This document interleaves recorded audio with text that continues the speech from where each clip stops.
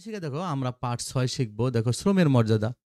খুবই ইম্পোর্টেন্ট, এটা একটা গুরুত্বপূর্ণ টপিক। মানুষ জীবন ধারণের জন্য যেসব কাজ করে তাকে শ্রম বলে। মানুষ তার নিজের বেঁচে থাকার, অপরের কল্যাণের এবং সৃষ্টিজীবের উপকারের জন্য যে কাজ করে তাই শ্রম। তাহলে মানুষ নিজে বেঁচে থাকার, অপরের কল্যাণের এবং সৃষ্টিজীবের উপকারের জন্য যে কাজ করে এগুলো হলো কি? শ্রম। মানুষের উন্নতির চাবিকাঠি হলো শ্রম। যে জাতি যত বেশি পরিশ্রমী সে জাতি তত বেশি উন্নত। শ্রমের ব্যাপারে আল্লাহ পবিত্র কোরআনে নির্দেশ দিয়েছেন।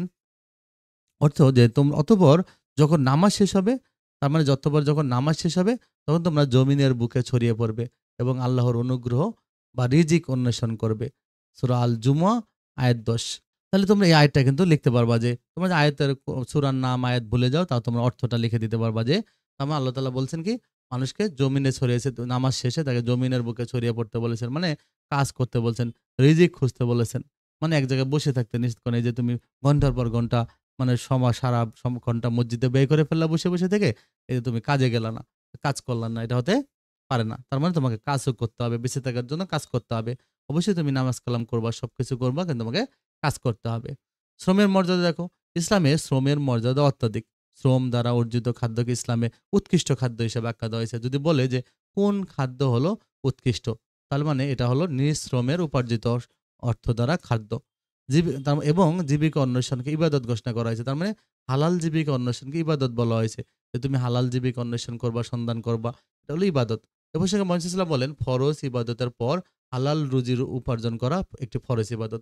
তার মানে তুমি ফরজ ইবাদত করলা, তারপর আরেকটা ফরজ ইবাদত হলো হালাল রুজি অন্বেষণ করা। তার মানে আমাদেরকে হালাল খাবার, হালাল রুজি উপার্জন করতে হবে, হালাল কাজ করতে হবে, হারাম কাজ করা যাবে না। মানুষের কল্যাণের জন্য মহান আল্লাহ এই পৃথিবীতে অফুরন্ত সম্পদ রেখেছেন। এই সম্পদগুলো আহরণ করতে হলে প্রয়োজন হয় শ্রমের। তার মানে সম্পদ আহরণের জন্য কি করতে হবে? শ্রম দিতে হবে। এখন শ্রমের জন্য প্রয়োজনীয় উপাদানগুলো আল্লাহ আমাদেরকে সৃষ্টিগতভাবে দান করেছেন। এগুলো হচ্ছে আমাদের অঙ্গ-প্রত্যঙ্গ। তার মানে শ্রমের জন্য কি, কি উপাদান প্রয়োজন? আমাদের হাত, পা, তারপরে মস্তিষ্ক। আল্লাহ তাআলা কিন্তু সৃষ্টির শুরু থেকে মানুষকে হাত দিয়েছেন, পা দিয়েছেন, ব্রেন দিয়েছেন। এগুলোকে কাজে লাগাতে মহান আল্লাহ নির্দেশ দিয়েছেন। এ প্রসঙ্গে আল্লাহ তাআলা বলেন, তিনি তো তোমাদের জন্য ভূমি সুগম করে দিয়েছেন। মানে আল্লাহ তাআলা আমাদের জন্য জমিটাকে সুন্দর করে দিয়েছেন, সুগম করে দিয়েছেন। আর তোমরা এর দিক দিগন্তে বিচরণ করো এবং তার দেওয়া রিজিক থেকে আহার করো। তাহলে আল্লাহ তাআলা আমাদের জন্য কোনটি সুগম করে দিয়েছেন? ভূমিকে সুগম করে দিয়েছেন। আমাদেরকে দিক দিগন্তে বিচরণ করতে বলেছেন। আমাদের বিভিন্ন জায়গায় গিয়ে কাজ করতে বলেছেন এবং তার দেওয়া রিজিক থেকে আহার করতে বলেছেন। সূরা আল মুলক আয়াত ১৫। আমাদের প্রিয় নবী সাল্লাল্লাহু আলাইহি ওয়াসাল্লাম শ্রমকে ভালোবাসতেন। তিনি নিজেও শ্রমে অভ্যস্ত ছিলেন। তিনি শিশু বয়সে মেষ চড়াতেন। তাহলে মহান সাল্লাল্লাহু আলাইহি ওয়াসাল্লাম শিশু বয়সে কি করতেন? মেষ চড়াতেন। তো বড় হয়ে ব্যবসা করেছেন তিনি। তিনি কিন্তু ব্যবসা করেছেন বড় হয়ে।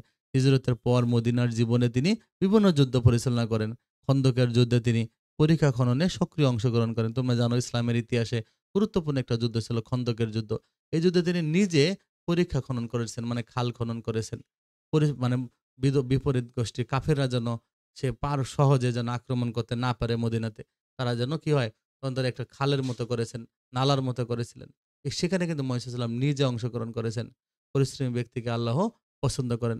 মুহাম্মদ সাল্লাল্লাহু আলাইহি ওয়াসাল্লাম আরো বলেন, নিজ হাতে উপার্জিত খাদ্যের চেয়ে উত্তম খাদ্য আর নাই। আল্লাহর নবী দাউদ আলাইহিস সালাম নিজ হাতে কাজ করে খেতেন। তার মানে নবী দাউদ আলাইহিস সালাম কি করেছেন? নিজ হাতে কাজ করে খেতেন। তার মানে নিজ হাতে কোন খাদ্য সবচেয়ে উত্তম? নিজ হাতে উপার্জিত খাদ্য। নিজ হাতে উপার্জিত খাদ্য।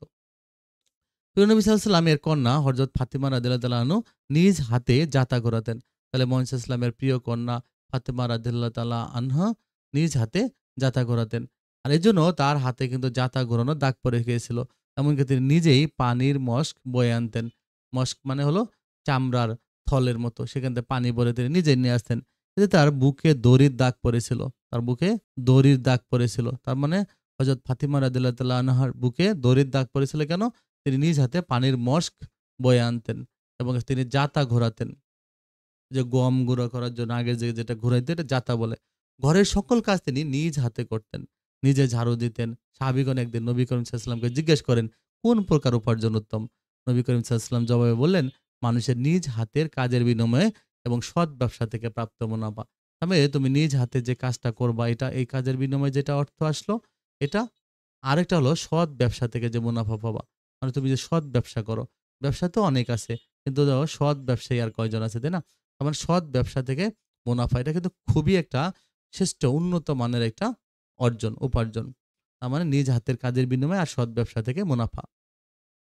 সর্বশ্রেষ্ঠ মানব প্রিয় নবী হযরত মুহাম্মদ সাল্লাল্লাহু আলাইহি ওয়াসাল্লাম নিজে এবং তার সাহাবীগণ জীবিকার জন্য পরিশ্রম করতে লজ্জাবোধ করতেন না।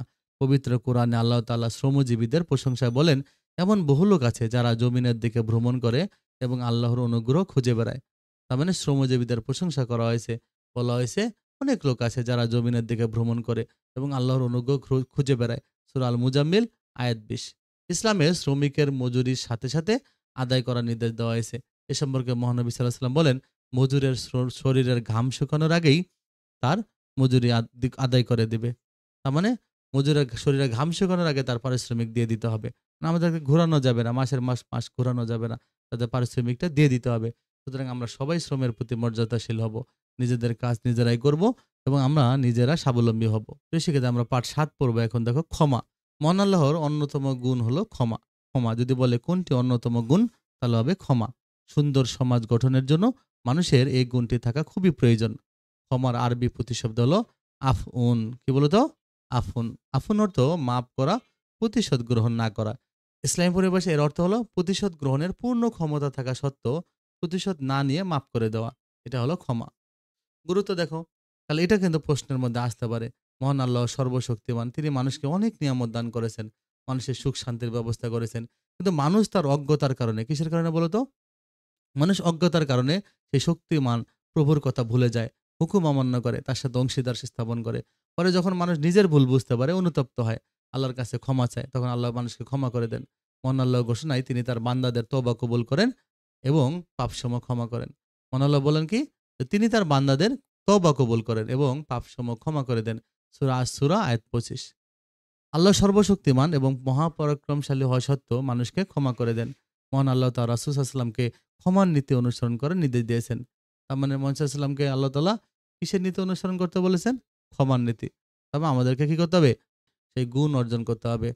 আমাদেরকেও সেই গুণ অর্জন করতে হবে। আল্লাহ বলেছেন, আপনি ক্ষমা করুন, সৎ কাজের নির্দেশ দিন আর অজ্ঞদেরকে এড়িয়ে চলুন। কাদেরকে এড়িয়ে চলার কথা বলেছে? অজ্ঞ, যারা অজ্ঞ, মূর্খ, যারা কিছু বুঝতে চায় না, জ্ঞান নেই যাদের, তাদেরকে এড়িয়ে চলতে হবে। সূরা আল আরাফ আয়াত হলো ১৯৯। এটা মনে রাখবা। কাদেরকে এড়িয়ে চলতে হবে? আমাদেরও কিন্তু অজ্ঞদেরকে এড়িয়ে চলতে হবে। মহান আল্লাহ আরো বলেন যে, অতএব আপনি তাদের ক্ষমা করে দিন এবং তাদের জন্য ক্ষমা প্রার্থনা করুন। সূরা আল ইমরান। আপনি তাদের ক্ষমা করে দিন, তাদের জন্য ক্ষমা প্রার্থনা করুন। যেসব মানুষ আল্লাহ তার দেওয়া বিধান অমান্য করে পরবর্তীতে অনুতপ্ত হয়ে আল্লাহর নিকট ক্ষমা প্রার্থী হয়, সর্বশক্তিমান আল্লাহ তাআলা সেসব বান্দাকে ক্ষমা করে দেন। তাহলে ক্ষমার ব্যাপারে মহান রাব্বুল আলামিনের নীতি ও আদর্শ আমাদেরকে অনুসরণ করতে হবে। ক্ষমার ব্যাপারে মহান রাব্বুল আলামিনের নীতি ও আদর্শ আমাদের অনুসরণ করতে হবে। মানুষ ভুলের ঊর্ধ্বে নয়, কোনো কাজে বা কথায় তার ভুল ত্রুটি হতে পারে। মানুষ কিসের ঊর্ধ্বে নয়? মানুষ কিন্তু ভুলের ঊর্ধ্বে নয়। মানুষের ভুল হতে পারে। অন্যের ভুল ত্রুটি বিচ্যুতি সহ ক্ষমা সুন্দর দৃষ্টিতে আমাদের দেখতে হবে। মানুষকে ক্ষমা করলে আল্লাহ খুশি হন এবং যে ক্ষমা করে আল্লাহ তার গুনাহসমূহ ক্ষমা করে দেন। আমি এখানে একটা গুরুত্বপূর্ণ দেখো, কেউ যদি ক্ষমা করে আল্লাহ তাআলা কিন্তু ওই যে ক্ষমাকারী তার কিন্তু গুনাহগুলোকে মাফ করে দেন। এ সম্পর্কে আল্লাহ বলেন, আর যদি তুমি তাদের মার্জনা করো, তাদের দোষ ত্রুটি উপেক্ষা করো এবং ক্ষমা করো, তবে জেনে রেখো আল্লাহ ক্ষমাশীল এবং পরম দয়ালু। সূরা আত-তাগাবুন আয়াত ১৪। তাহলে মুহাম্মদ সাল্লাল্লাহু আলাইহি ওয়াসাল্লাম ছিলেন ক্ষমার মূর্ত প্রতীক। এটা গুরুত্বপূর্ণ একটা অংশ। কে ক্ষমার মূর্ত প্রতীক ছিল? মুহাম্মদ সাল্লাল্লাহু আলাইহি ওয়াসাল্লাম। মানে ক্ষমা, তার যে ক্ষমার দৃষ্টান্ত এখনো বিরাজমান, সবাই জানে তার ক্ষমার দৃষ্টান্ত। একবার এক ইহুদি মহিলা প্রিয় নবী সাল্লাল্লাহু আলাইহি ওয়াসাল্লামের বাড়িতে দাওয়াত দিল। কোন মহিলা? ইহুদি মহিলা। মুহাম্মদ সাল্লাল্লাহু আলাইহি ওয়াসাল্লামকে বাড়িতে দাওয়াত দিয়েছেন। বিষ মিশ্রিত ছাগলের গোশত খেতে দিয়েছেন। রাসূল সাল্লাল্লাহু আলাইহি ওয়াসাল্লাম উক্ত গোশতের কিছু খেতেই বিষক্রিয়া অনুভব করেন। পরে ওই মহিলা গোশতে বিষ দেওয়ার কথা স্বীকার করেন। কিন্তু প্রিয় নবী সাল্লাল্লাহু আলাইহি ওয়াসাল্লাম তাকে ক্ষমা করে দেন। এমনকি এমনিভাবে মক্কা বিজয়ের পর মুহাম্মদ সাল্লাল্লাহু আলাইহি ওয়াসাল্লাম প্রাণের শত্রুদেরকেও কিন্তু ক্ষমা করে দেন। তাদের উদ্দেশ্যে তিনি বলেন, আজ তোমাদের বিরুদ্ধে আমার কোনো অভিযোগ নেই। তোমরা মুক্ত স্বাধীন। পৃথিবীর ইতিহাসে এরূপ ক্ষমার উদাহরণ আর দ্বিতীয়টি নেই। অপরাধীকে ক্ষমা করলে অপরাধী লজ্জিত হয়ে অপরাধ ছেড়ে দেয়। শত্রুকে ক্ষমা করলে শত্রু বন্ধু হয়ে যায়। আমরা অন্যকে ক্ষমা করব, অন্যকে ভালোবাসবো। তার মানে মক্কাবাসীদেরকে যে ক্ষমা করেছেন, মক্কার কাফিরদেরকে মুহাম্মদ সাল্লাল্লাহু আলাইহি ওয়াসাল্লাম, এরকম ইতিহাস পৃথিবীতে আর দ্বিতীয়টি নেই। ঋষিকা দেখো পাঠ ৮ আমরা পড়বো। দেখো অসদাচরণ, এটা থেকে তোমরা শুধু এমসিকিউ পড়বা, ওকে? তো এমন কিছু আচরণ বা কাজ যা মানুষকে হীন, নিচু ও নিন্দনীয় করে তোলে, সেগুলোকে আখলাকে জামিমা বা নিন্দনীয় আচরণ বলে। তো এটা কতে আসতে পারে যে আখলাকে জামিমা বলতে কি বোঝো? আখলাকে জামিমা বা নিন্দনীয় আচরণ কি? এটা কতে আসতে পারে। তাহলে দেখো নিন্দনীয় আচরণ কোনগুলো? হিংসা, ক্রোধ মানে রাগ, অ্যাঙ্গার, লোভ, প্রতারণা করা, পিতামাতার অবাধ্য হওয়া, ইপটিজিং, ছিনতাই এগুলো নিন্দনীয় আচরণ। তো এই আচরণ এইসব চরিত্রের অধিকারীকে মানুষ ঘৃণা করে। ইহকাল ও পরকালে সে ঘৃণিত এবং অভিশপ্ত। জাহান্নামের নিম্ন স্তরে তারা থাকবে। জাহান্নামের নিম্ন স্তরে পৌঁছে যাবে। তাবারানী, হাদিসের নাম তাবারানী। ওকে? আকলাকে জামিমার কুফল দেখো, ঘৃণার পাত্র হয় দেখো। হীন বা মন্দ চরিত্রের লোকেরা সমাজের যেমনিভাবে ঘৃণার পাত্রে পরিণত হয়, তেমনি পরিবারের কাছেও কিন্তু ঘৃণিত। এবং পরকালে সে কিন্তু ঘৃণিত এবং অভিশপ্ত। যদি বলে পরকালে কারা ঘৃণিত এবং অভিশপ্ত? হীন বা মন্দ চরিত্রের লোকেরা। এ প্রসঙ্গে মহানবী সাল্লাল্লাহু আলাইহি ওয়াসাল্লাম বলেন, বান্দা তার কুচরিত্রের কারণে জাহান্নামের নিম্ন স্তরে পৌঁছে যাবে। তার মানে জাহান্নামের নিম্ন স্তরে পৌঁছানোর রাস্তা হলো কি? এই যে কুচরিত্র, ওকে? কুচরিত্র মানে খারাপ চরিত্র। সুচরিত্র আর কুচরিত্র। মানে খারাপ। জান্নাত থেকে বঞ্চিত দেখো, মন্দ চরিত্রের লোকেরা পরকালে জান্নাত লাভ করতে পারবে না। এ প্রসঙ্গে মহানবী সাল্লাল্লাহু আলাইহি ওয়াসাল্লাম কি বলছে দেখো? এটা গুরুত্বপূর্ণ একটা এমসিকিউ যে দুশ্চরিত্র আর রূঢ় স্বভাবের মানুষ জান্নাতে প্রবেশ করতে পারে না। এটা কিন্তু এমসিকিউ যে কারা জান্নাতে প্রবেশ করতে পারে না? দুশ্চরিত্র আর রূঢ় স্বভাবের মানুষ। যারা রূঢ় মানে খুব খারাপ স্বভাবের মানুষ।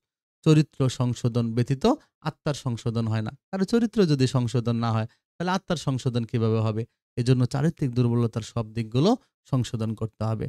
তার মানে আখলাকে জামিমার কুফলকে একদিক দিয়ে সে ঘৃণার পাত্র, আর হলো সবচেয়ে মূল কথা হলো সে জান্নাত থেকে বঞ্চিত হবে।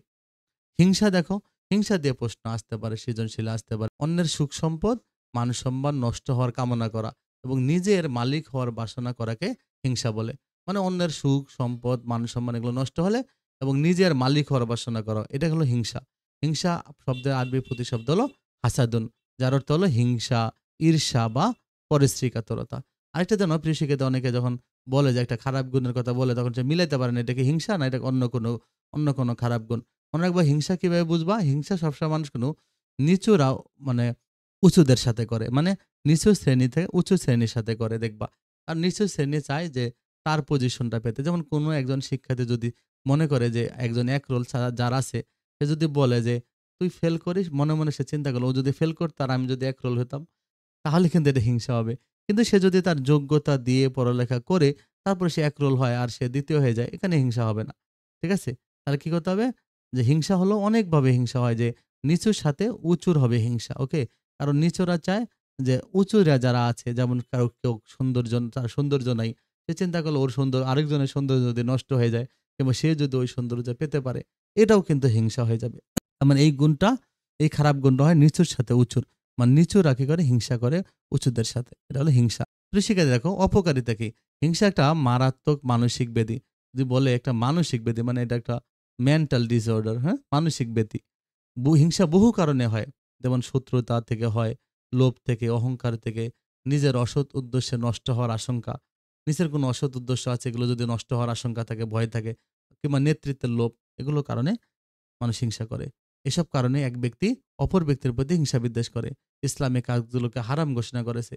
হিংসার অপকারিতা সীমাহীন, অনেক অপকারিতা রয়েছে। হযরত আদম আলাইহিস সালামের মর্যাদা দেখে ইবলিস কিন্তু কি করেছিল? হিংসা করেছিল তার প্রতি। ফলে সে অভিশপ্ত হয়েছিল। আল্লাহ তাআলা তাকে দয়া থেকে বঞ্চিত হয়েছিল। মানব সৃষ্টির পর হিংসার কারণেই সর্বপ্রথম পাপ হয়। তাহলে সর্বপ্রথম পাপ কিসের কারণে হয়? এই যে সর্বপ্রথম পাপ হয় হিংসার কারণে। আদম আলাইহিস সালামের পুত্র কাবিল হিংসার বশবর্তী হয়ে তার আপন ভাই হাবিলকে হত্যা করেছিল। তো সেক্ষেত্রে তোমরা হাবিল এবং কাবিল সম্পর্কে তোমরা জানো যে হাবিল আর কাবিল ২ ভাই ছিল। সে সময় যখন আদম আলাইহিস সালাম পৃথিবীতে ছিলেন তখন তো আর অন্য কোনো পরিবার ছিল না, তাই না? তখন এইজন্য বিয়ের রীতি ছিল যে আদম আলাইহিস সালামের একসাথে একজন পুত্র কন্যা করে জন্ম নিত। প্রত্যেকবার একসাথে ২ জন করে জন্ম হইতো। তখন ১ম বার একবার যে জন্ম হইতো সেখানকার ছেলে হলে পরের বার যে জন্ম হইতো সেখানকার মেয়ের সাথে বিয়ে হইতো। কিন্তু হাবিলের সাথে যে মেয়েটা জন্ম হয় সেটা ছিল কালো। আর কাবিলের সাথে যে মেয়েটা জন্ম হয় সেটা ছিল সুন্দর। এখন নিয়ম অনুযায়ী তো হাবিল তাহলে হলো সুন্দর মেয়েটা কাবিলের সাথে যেটা জন্ম হয়েছে তাকে বিয়ে করবে। কাবিল হলো হাবিলের সাথে যার জন্ম হয়েছে তাকে বিয়ে করবে। কিন্তু কাবিল সেটা মানতে রাজি হয় না। এবং সে কি করে? সে বিভিন্নভাবে, কারণ সে চায় যে তার সাথে যেটা জন্ম হয়েছে তাকে সে বিয়ে করবে। কারণ সে সুন্দর ছিল। এই কারণে সে কি করে? তার ভাই হাবিলকে হত্যা করে। তাহলে হিংসার মানুষের ভালো কাজগুলোকে ধ্বংস করে দেয়। এ সম্পর্কে মহানবী সাল্লাল্লাহু আলাইহি ওয়াসাল্লাম বলেন আগুন যেমন শুকনা কাঠকে জ্বালিয়ে ছাই করে দেয়, আগুন যেমন শুকনা কাঠকে জ্বালিয়ে ছাই করে দেয়, হিংসা তেমনি পুণ্যকে ধ্বংস করে। যদি বলে যে কোনটি পুণ্যকে ধ্বংস করে, গুরুত্বপূর্ণ এমসিকিউ, তাহলে হলো হিংসা পুণ্যকে ধ্বংস করে। আর আগুন হলো শুকনা কাঠকে জ্বালিয়ে দেয়। ইবনু মাজহা, এটা একটা হাদিসে আছে, এই হাদিসে আছে। হিংসা মানুষের শান্তি বিনষ্ট করে, মনে অশান্তির আগুন জ্বালিয়ে রাখে। হিংসক ব্যক্তি আল্লাহ মানুষের কাছে ঘৃণিত, কেউ তাকে ভালোবাসে না, কেউ তাকে বন্ধু হিসেবে গ্রহণ করে না, সমাজের লোকেরা তাকে এড়িয়ে চলে। হিংসা সমাজে ঝগড়া পেশাদ মারামারি অশান্তি সৃষ্টি করে, মানুষের মনে অহংকার সৃষ্টি হয়, আর অহংকার মানুষের পতন ঘটায়। তাহলে হিংসা মানুষের মধ্যে কি সৃষ্টি করে? অহংকার সৃষ্টি করে, অহংকার মানুষের পতন ঘটায়। আল্লাহ তাআলা কুরআন মাজিদে হিংসা থেকে বেঁচে থাকার শিক্ষা দিয়েছেন। মহান আল্লাহ বলেন, আর হিংসুকের অনিষ্ট থেকে আশ্রয় চাই যখন সে হিংসা করে। সূরা আল ফালাক আয়াত ৫। তাহলে কার অনিষ্ট থেকে রক্ষা পাওয়ার জন্য দোয়া করতে হবে? হিংসুকের। তার মানে হিংসুক খুবই খারাপ জিনিস। আল্লাহ তাআলা হিংসা বর্জনকারীকে ভালোবাসেন। হিংসা বর্জনকারী জান্নাত লাভ করবেন। তার মানে যে হিংসা বর্জন করে সে কিন্তু জান্নাত লাভ করবে। তাহলে আমাদের হিংসা বর্জন করতে হবে। প্রিয় নবী একবার তার এক সাহাবীকে জান্নাতি বলে ঘোষণা দিলেন। তো তিনি বললেন যে তিনি জান্নাতি। এখন সবাই তো অবাক হয়ে গেল। আসলে কে জান্নাতি কিভাবে? তিনি কি আমল করেন সবাই জানতে চাইল। তিনি বলেন, তখন ওই লোকটা বলল যে আল্লাহ তাআলা যাকে কোনো উত্তম বস্তু দান করেন, তখন আমি তার প্রতি কখনোই হিংসা করি না। আল্লাহ তাআলা তাকে দিছে তাই কি হইছে? তখন আমি সেটা কখনোই হিংসা করি না। তাহলে এটা হলো, সে কারণে তিনি জান্নাতি হিসেবে স্বীকৃতি পেয়েছেন। আমাদের প্রতিজ্ঞা করা উচিত আমরা হিংসা করব না। আমরা তো সমাজে কি অন্যরা কিছু দেখলে, ভালো দেখলে হিংসা হয়, হ্যাঁ? তাহলে আমাদের হিংসা করা যাবে না। ক্রোধ দেখো, ক্রোধ আরবি প্রতিশব্দ গাদাব। গাদাব অর্থ কি? রাগ করা, রাগ। ক্রোধ হলো কি? রাগ মানে স্বীয় স্বার্থ ক্ষুণ্ণ হওয়া বা কারো দ্বারা তিরস্কৃত হওয়ার কারণে প্রতিশোধ গ্রহণের ইচ্ছায় মানুষের মনের মধ্যে একটা ক্ষোভের সৃষ্টি হয়, যাকে ক্রোধ বলে। তার মানে মনের মধ্যে কোনো ক্ষোভ সৃষ্টি হওয়া, অহংকার, তারপরে তিরস্কার, ঝগড়া, এগুলো কারণে ক্রোধের সৃষ্টি হয়। অহংকার, তিরস্কার, ঝগড়া প্রভৃতির কারণে মানুষের মধ্যে ক্রোধ সৃষ্টি হতে পারে। তাহলে ক্রোধ বা রাগের ফলে অনেক মানুষ অনেক নির্দয় এবং অত্যাচারমূলক কর্মকাণ্ড করে ফেলে। ক্রোধ এবং রাগের কারণে মানুষ নির্দয় এবং অত্যাচারমূলক কাজ করে ফেলে। পরবর্তীতে এর কারণে লজ্জিত ও অবজ্ঞার পাত্রে পরিণত হয়। আর যারা এগুলো করে তারা লজ্জিত, সমাজে সবার কাছে লজ্জিত, এবং তারা হলো অবজ্ঞার পাত্র। তাই মুসলমানদের উচিত ক্রোধের সময় নিজেকে সংবরণ করা। তাহলে আমাদের ক্রোধের সময় কি করতে হবে? নিজেদেরকে সংবরণ করতে হবে, নিজেদেরকে নিয়ন্ত্রণ করতে হবে, এখান থেকে নিজেকে দূরে রাখতে হবে। এ বিষয়ে মহানবী সাল্লাল্লাহু আলাইহি ওয়াসাল্লাম বলেন, শক্তিশালী সেই ব্যক্তি নয় যে কুস্তি লড়তে পারে। তার মানে কুস্তি লড়াই করতে হবে। সে সময় আরবে অনেক মানে যারা কুস্তি লড়তে পারতো তাদেরকে বীর বলে খ্যাতিমান দেওয়া হতো। কিন্তু মুহাম্মদ সাল্লাল্লাহু আলাইহি ওয়াসাল্লাম বলেন, শক্তিশালী সেই ব্যক্তি না যে কুস্তি লড়তে পারে, বরং প্রকৃত শক্তিশালী হচ্ছে সেই ব্যক্তি যে ক্রোধের সময় নিজেকে সংযত রাখতে পারে। অপকারিতা কি দেখো? তাহলে এটা কিন্তু গতে সৃজনশীলের মধ্যে আসে যে, ক্রোধের অপকারিতা। ক্রোধ একটা নিন্দনীয় বিষয়। যদি বলে কোনটা নিন্দনীয় বিষয়? তাহলে লিখতে হবে ক্রোধ। এটা মানুষের মধ্যে ঝগড়া, বিবাদ, হিংসা, বিদ্বেষ সৃষ্টি করে। আর হিংসা মানুষের সৎকর্মগুলোকে শেষ করে দেয়। তাহলে যদি বলে মানুষের সৎকর্মগুলোকে শেষ করে কে? হিংসা। ক্রোধের সময় মানুষ হিতাহিতের জ্ঞান থাকে না। ক্রোধ হলে কিন্তু তখন রাগ থাকে। রাগের মাথায় কি করে ফেলে বলে না? যে রাগের মাথায় করে ফেলছে। সে নিজেকে সংযত রাখতে পারে না। ক্রোধ মানুষের ঈমানকে ধ্বংস করে দেয়। তাহলে যদি বলে মানুষের ঈমান ধ্বংস করে কোনটা? ক্রোধ। সৎকর্ম ধ্বংস করে কোনটা? হিংসা। এরপর সম্পর্কে মুহাম্মদ সাল্লাল্লাহু আলাইহি ওয়াসাল্লাম বলেন, শিরকা মধুকে যেভাবে বিনাশ করে দেয়, তার মধ্যে একটু শিরকা দেখবা মধু নষ্ট করে দিবে। তেমনি ক্রোধ ঈমানকে নষ্ট করে দেয়। ক্রোধ নিয়ন্ত্রণের মাধ্যমে আল্লাহ গজব থেকে রক্ষা পাওয়া যায়। ক্রোধ নিয়ন্ত্রণের মাধ্যমে আল্লাহর গজব থেকে রক্ষা পাওয়া যায়। তার মানে যারা ক্রোধ নিয়ন্ত্রণ করবে তারা আল্লাহর গজব থেকে রক্ষা পাবে, আযাব থেকে রক্ষা পাবে। প্রিয় নবীর সাহাবী হযরত ইবনু উমর রাদিয়াল্লাহু তাআলা আনহু রাসূল সাল্লাল্লাহু আলাইহি ওয়াসাল্লামের কাছে জানতে চাইলেন, এমন কোন কাজ আছে? তার মানে হযরত ইবনু উমর রাদিয়াল্লাহু তাআলা আনহু রাসূল সাল্লাল্লাহু আলাইহি ওয়াসাল্লামের কাছে জানতে চাইলেন যে, এমন কোন কাজ আছে যা আল্লাহ তাআলার গজব থেকে রক্ষা করবে? রাসূল সাল্লাল্লাহু আলাইহি ওয়াসাল্লাম বলেন, তুমি রাগ করবেন না। তুমি রাগ করবে না। তার মানে রাগ না করলেই আল্লাহর গজব থেকে রক্ষা পাওয়া যাবে। তাহলে ক্রোধ সংবরণ করা এটা একটা পুণ্যের কাজ। রাসূল সাল্লাল্লাহু আলাইহি ওয়াসাল্লাম এক সাহাবী রাসূল সাল্লাল্লাহু আলাইহি ওয়াসাল্লামকে বললেন, হে আল্লাহর রাসূল, আপনি আমাকে একটা ভালো কাজের নির্দেশ দিন। মানে একটা ভালো কাজ করতে বলছে। ভালো কাজের নির্দেশ চাইছে। নবী সাল্লাল্লাহু আলাইহি ওয়াসাল্লাম তাকে বললেন, তুমি রাগ করবে না। তার মানে রাগ করা যাবে না। নবী সাল্লাল্লাহু আলাইহি ওয়াসাল্লাম বলেছেন যে ক্রোধ শয়তানের পক্ষ থেকে আসে। তাহলে ক্রোধ কার কাছ থেকে পক্ষ থেকে আসে? ক্রোধ আসে শয়তানের পক্ষ থেকে। শয়তান আগুনের তৈরি। আর আগুনকে পানি ঠান্ডা করে। তাহলে যদি কারো রাগ হয় তবে তার উচিত ওযু করে নেওয়া। তার মানে ওযু করে ফেলতে হবে। রাগ হলে নিজে অজু করে ফেলতে হবে। ঠিক আছে? ক্রোধের বহিঃপ্রকাশ দেখানো যাবে না। তাহলে তোমরা ক্রোধ সম্পর্কে লিখবা। ২ টা হাদিস ব্যবহার করবা। তাহলে দেখবে উত্তরটা সুন্দর হয়ে যাবে। খুবই একটা ইম্পোর্টেন্ট প্রশ্ন।